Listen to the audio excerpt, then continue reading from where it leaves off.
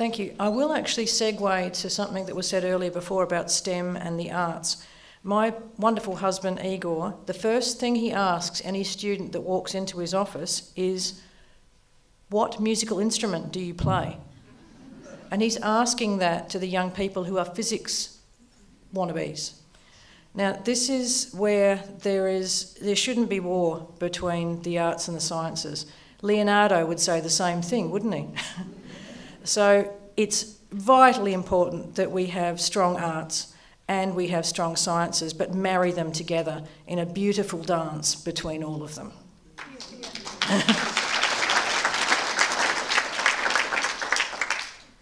Now, I'm actually not a co-founder of the orchestra. I love this orchestra, but it was started in 1977 by Marguerite Hinwood, a wonderful, passionate musical being. She would chase cellists up the street and demand they join her orchestra.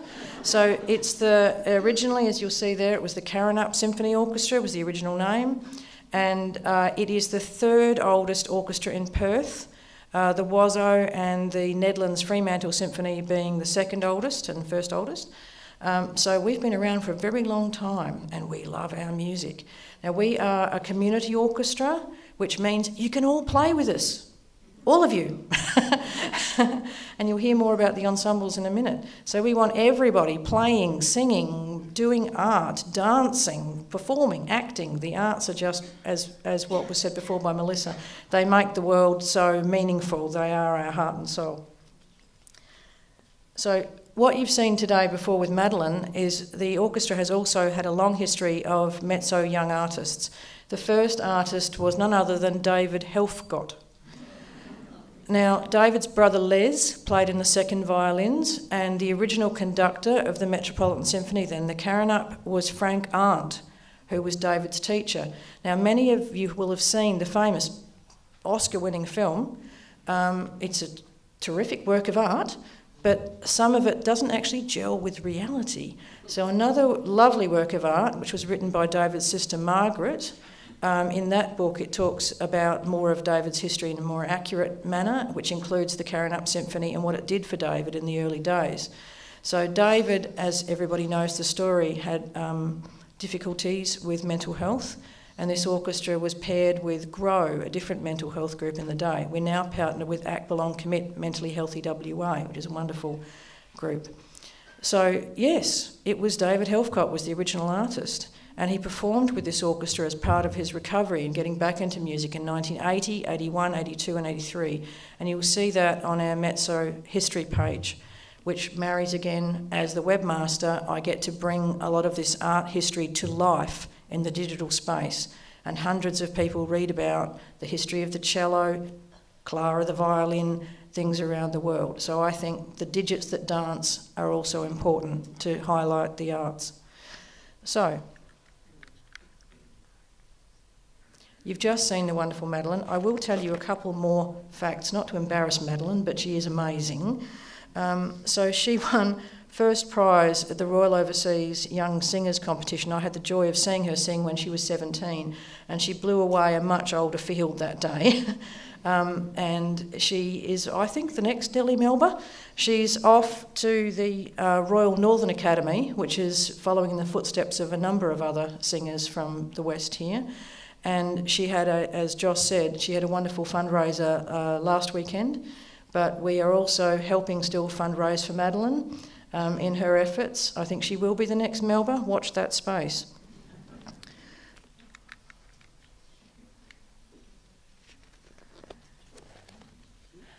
The Young Artist Program, as we said, started with David Helfgott, but over the last 46 years we've had extraordinary musical talents. Taryn Feebig is one of them that unfortunately lost last year, but the hall at Churchland Senior High School has just been named in her memory. She performed with the Mezzo 20 years ago under the baton of Bruce Harriman, who's been conducting us for 20 years. Now, the next person who will actually be playing Clara for us, Ellie Malonzo, he's only 12. She's been also, like Madeline, winning every prize around. She's a violinist, she is a composer, she's the greatest, as far as I'm concerned, living Baroque composer. She's extraordinary. So this again is we are all amateurs in the Metropolitan Symphony, but we aspire to be the uncles, the aunts, the backing band of all these extraordinary young people. We open a digital doorway, which is a video submission program once a year, and then we have a panel of great adjudicators that just love watching the videos of all these aspiring young people.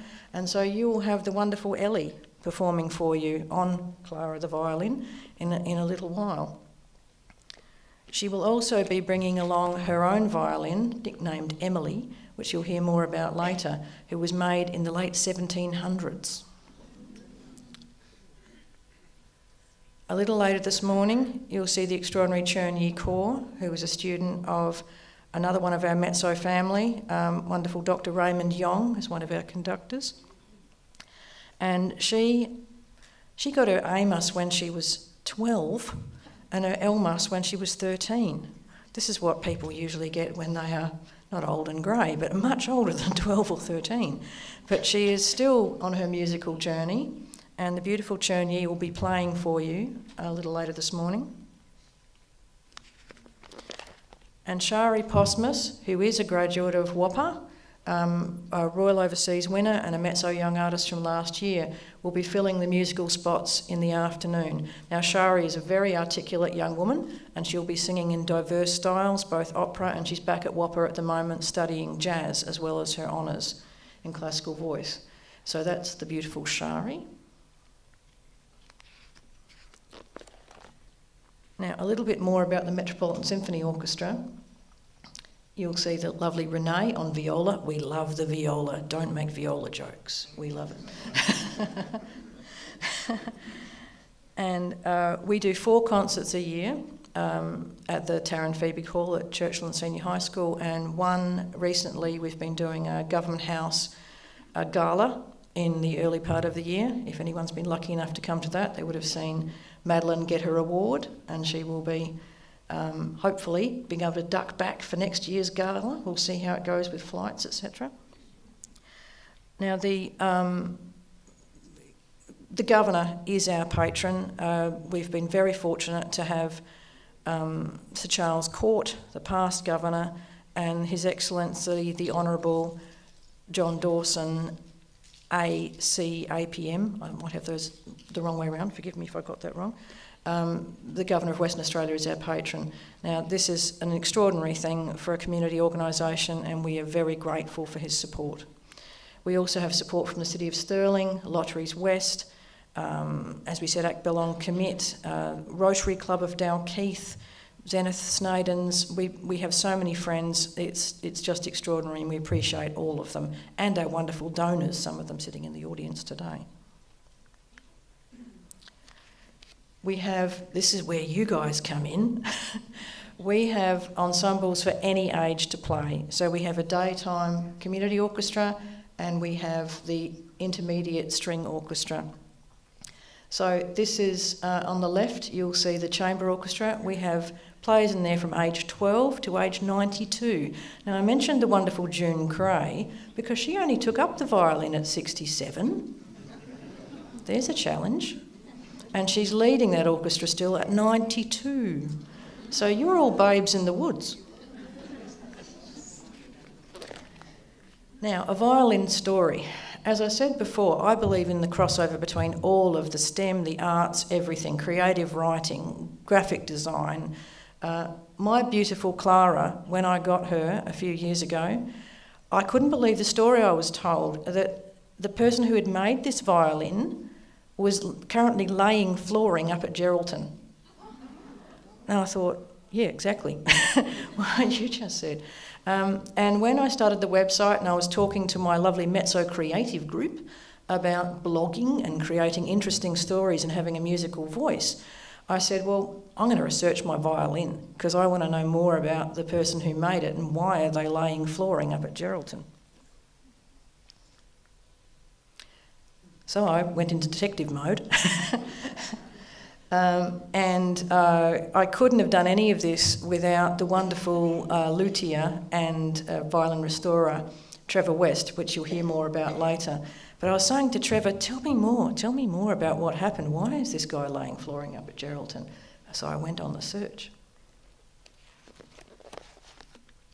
That's him.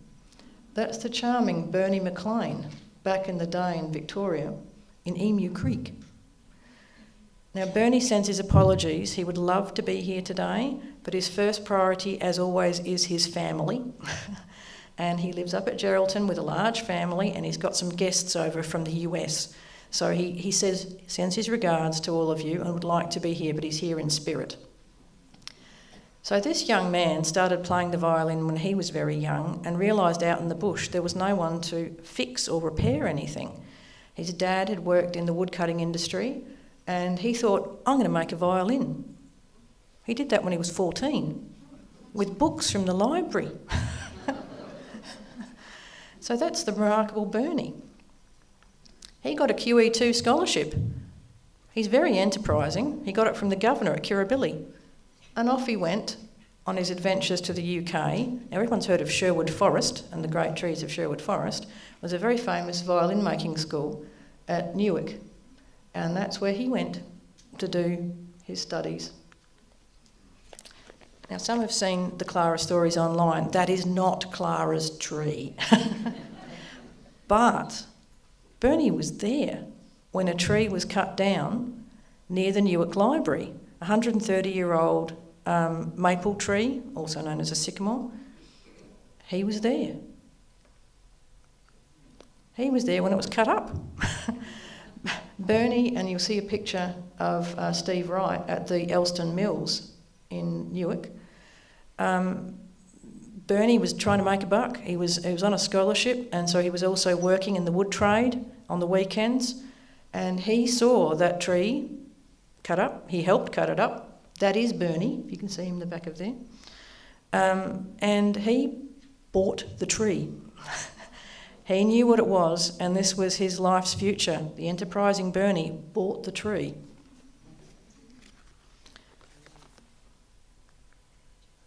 Now that is the tree, or part of it, and in that you'll see the amazing flaming or the graining going through the wood there. Now that's the highly prized figure in the wood, and so that is part of the real tree that Clara came from. Now, Bernie later on gave me a piece of flamed maple. Now this is totally indestructible, but it looks like jewels when you look at it. I'm going to pass this around the audience. In talking to Bernie yesterday, and we were chatting, and we could talk about music forever. To go from that lump of wood into something that sings and will last for 300 years is quite the art form. Now, Bernie was studying under Paul Bowers, who is a specialist in 17th century and 18th century instruments, and he made Clara. He then did a display back at the Newark Library, where Clara's tree had originally come from, and he displayed Clara the violin and a bunch of tools he'd made from the wood, and Clara's voice was first heard at Newark on the stages there. So she was made, she's only born in 1994, she's about the same age as my son Alex. So she's a very young creature, but she's a copy of a 1707 Strad.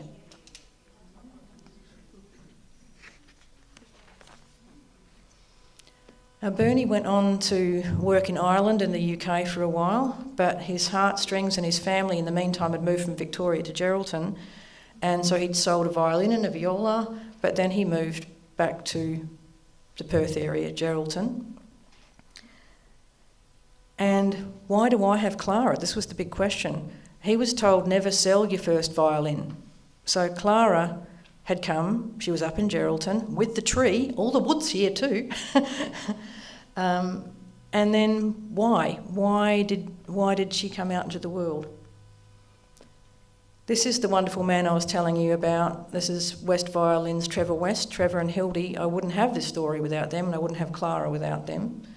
So Trevor and Hildy sold 2 of Bernie's violas, but then Bernie had a growing family, and making money as a luthier is hard. He was working hard in the building trade, and he decided to let go of Clara and send her out into the world to be sold.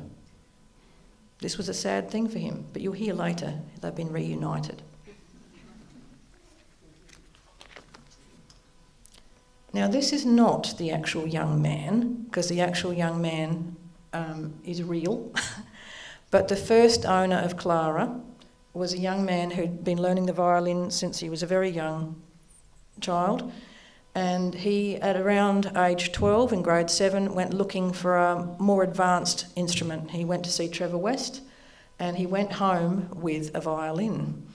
Now, that violin, the sound of a violin, you've got to love the sound you're making. If you don't like the sound, it's not a marriage made in heaven. So he spent time with Trevor, he picked Clara in the day, and then he went on to be music captain at Hale.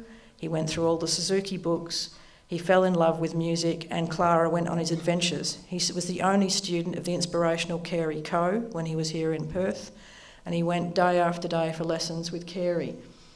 And with that time, he won a scholarship to go to Seattle in Washington and studied with musicians from the Chicago Symphony. Now, I didn't do that. Clara did with this young man.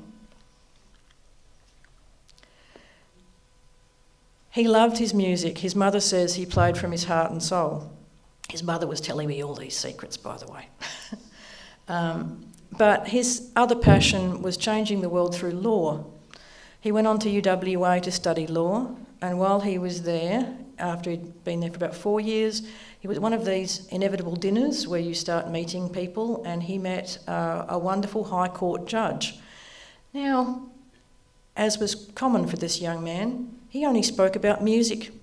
He sat next to this man and they talked about music all evening. Nothing else. So the High Court judge invited him to come over to Canberra, bring his violin Clara, and serenade him at the High Court. So this instrument here was played. The High Court was empty. The young man stood on the bench of the High Court and serenaded the High Court judge. Just the two of them in the room, bonding over music. Her adventure, not mine. I think she's the only instrument that's ever done that, I would imagine. Then, how did she end up with me? This young man had gone on to a stellar career. He loved his music, so does the High Court judge. They both still do. But his career had taken him on to working at the UN. He'd been in Vienna, New York, all over the world. And his violin was not being played. So I actually asked this young man, I know his name, why he let go of the instrument. And he said he wanted her to be played. And so the violin found its way back to Trevor West at West Violins. And I, who was on a musical journey, I love music, but I had been off on a tangent in computer science and looking around the world for other things to do with my husband and sons. I came back to music about 8 years ago, and I was on a lovely instrument, which I'd got from Trevor West, but she was not my heart's desire, that instrument. I was looking for one with a clearer tone, to be named after Clara Schumann. Although as a pianist, she was an inspiration to me, and I was looking for a clear, high voice. So that's how Clara came to me. I went into Trevor's workshop, I tried out lots of violins, and he said, how about this one? She's made from an Australian maker, laying flooring up in Geraldton. And I think a lot of people had turned Clara down because they weren't listening to her voice. They were hearing that, oh, she's not 100 years old, or, you know, she's not a Guarneri. You wouldn't find one of those here anyway. But I fell in love with her voice, and this was what I wanted to make that sound. So she's one of the mezzo voices you hear on stage. When I play, you don't hear my voice, you hear Clara's voice, either leading the seconds or playing in the firsts or blending with the beautiful whole. So at the moment, I'm not going to pass Clara around, but I am going to pass around her little brother Wyatt. Now, one of the reasons Bernie is laying flooring is this is a violin that was made in China, factory made, and we're going to pass Wyatt around. So to make a violin, it takes about 250 hours. And you heard about the extraordinary training from an early age that Bernie had. That violin I can buy for between $200 and $300. Now, it's not the same quality as Clara, But the reason Bernie is not making is he can't make money in the arts with what he's doing. If you actually work out how much it costs for someone to make a violin from scratch, and there are some fantastic luthiers over in the east, Adele Beardsmore and Alan Coggins, the starting price is around $20,000. So that's not what Clara cost me, and that's certainly not what Wyatt costs. So it's very hard to get the worth for a beautiful instrument like these. They are a work of art. If you've read the Clara stories, you'll see more about Bernie and hear his voice on a video there. But because I was on the journey to find Clara's maker, I sought out Bernie. We had wonderful chats, and you can read more of the details of that story online. But it was important for me to get Clara back to Bernie. So after lockdown, on a road trip north to Geraldton, hooray! That's Bernie now, with Clara. Bernie does a lot of the repairs and maintenance of violins, and he keeps a lot of existing violins singing up in Geraldton area. You're very lucky if you're up in Geraldton. You can go see Bernie. He will talk to you about music any day. He's inspired so many musicians. A young lady who tuned my piano, again, if you read the Clara stories, it's ridiculous. I'm talking to my piano tuner, and it seems she's a friend of Bernie's. And the whole reason she's tuning pianos is because of a chat at a TAFE IT course with Bernie.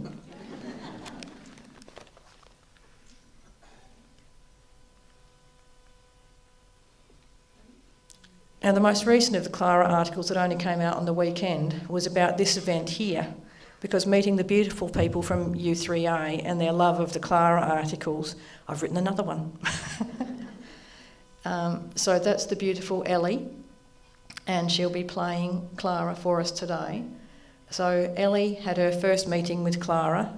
Now, of course, her love of her life are two other violins called Emily and Henry.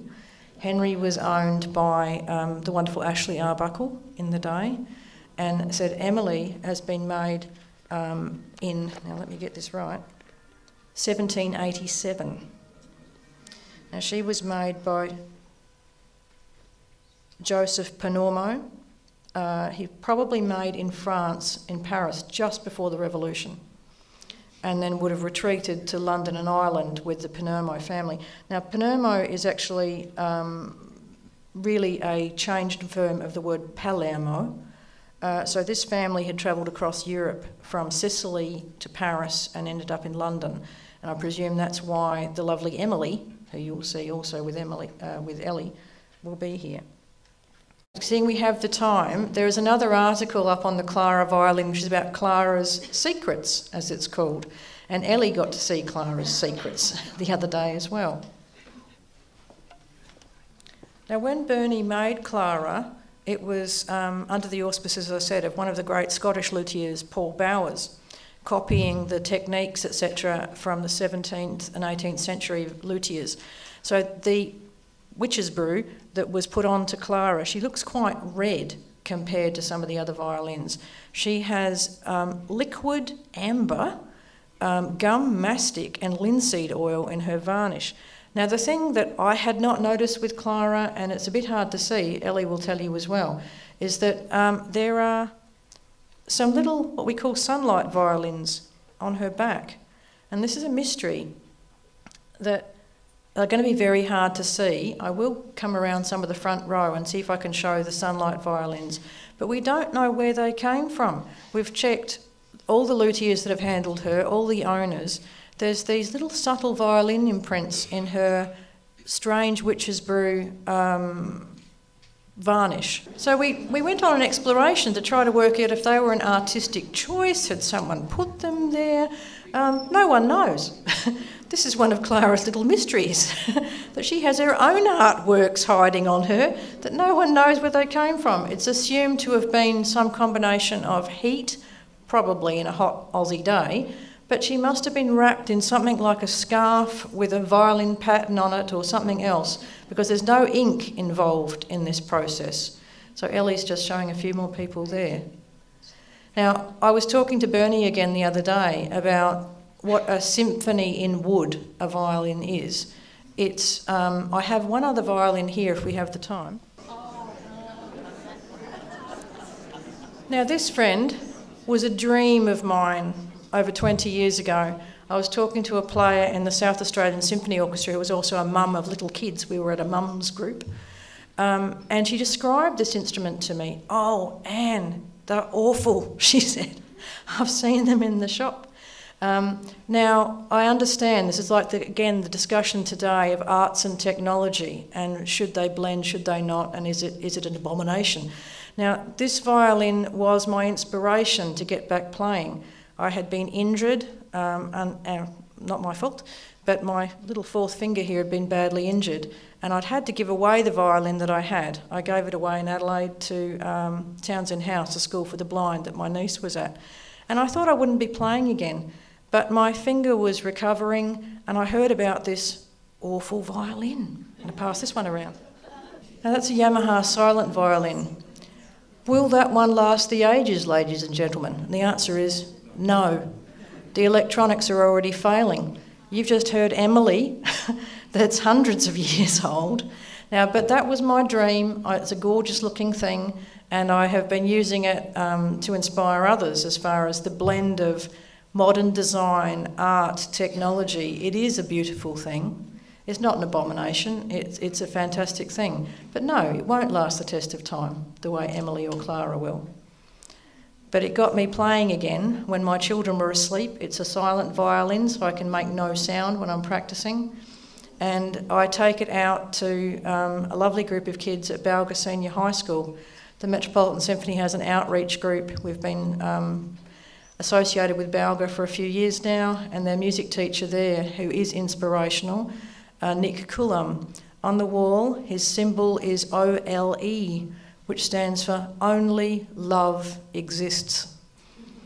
And this wonderful inspirational teacher has a lot of electric instruments there, so when I go out there I take that instrument, but I also take another electric violin I have, so that I rock on with the kids there and I play deep electric 5-string violin with them. But we also now have, so Wyatt that you met, Wyatt and his friends go out and we give free lessons to the kids at Balga in Nick's music room on violin, on traditional instruments.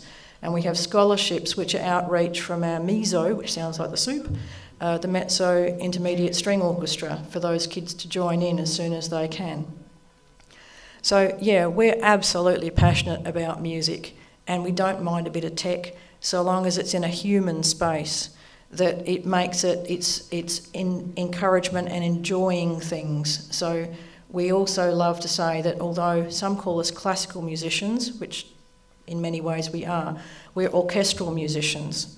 So some of the music that was played at our last concert, which very much inspired many of our guests, were from the displaced Ukrainian community, which we have connections to here in Perth. And there's a wonderful support from Lotteries West for a free ticket grant for youth coming to the orchestra. And this is where we played a beautiful modern piece called 40 Reasons to be Cheerful by South Australian composer Graham Kerner. And I know a few of you were there. And that was just a terrific piece to play. So is it classical? No. Is it orchestral? Yes. Is it wonderfully warm art? Yes. So now that they've got my other electric one passing around, questions. Does anyone have any questions on about music, playing with the orchestra, the young artists, violin making? That is a really interesting question. Now, I've never asked Bernie that, but it was a 130-year-old maple tree. And I don't know, because Elston Mills technically cut it down. So it was paid by the council there, I'm sure. But I don't know that the tree technically cost anything. But as to what Bernie paid for it, as I said, the tree is still up at his place at Geraldton. He's brought every piece of wood from that tree. Not an ounce of that will be wasted. But no, I don't know how much the tree cost.